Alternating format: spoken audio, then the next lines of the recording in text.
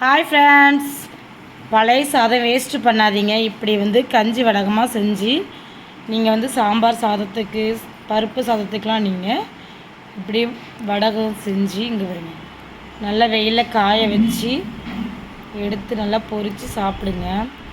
கஞ்சை முதல்ல நல்லா மிக்ஸியில் அரைச்சி எடுத்துக்கோங்க. அதில் கொஞ்சம் ஜீரகம், உப்பு, மிளகாத்தூள், கருவேப்பிலை இதெல்லாம் சேர்த்து நல்லா அரைச்சி எடுத்துட்டு அதுக்கப்புறம் நம்ம இப்படி ஒரு பாத்திரத்தில் எல்லாத்தையும் கஞ்செல்லாம் எடுத்து வைங்க. அதுக்கப்புறம் ஒரு காட்டன் வேஸ்டியோ இல்லை பேப்பரோ அதை எடுத்து நம்ம வெயிலில் நல்லா காய வச்சு கண்ணாடி தாளா கண்ணாடி பேப்பர்லேயோ இல்லை வேஸ்ட் பேப்பர்லேயோ எடுத்து அதுக்கப்புறம்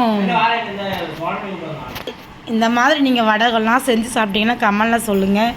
யாருக்கெல்லாம் கஞ்சி வடகம் பிடிக்கும்னா கமெண்டில் சொல்லுங்கள்.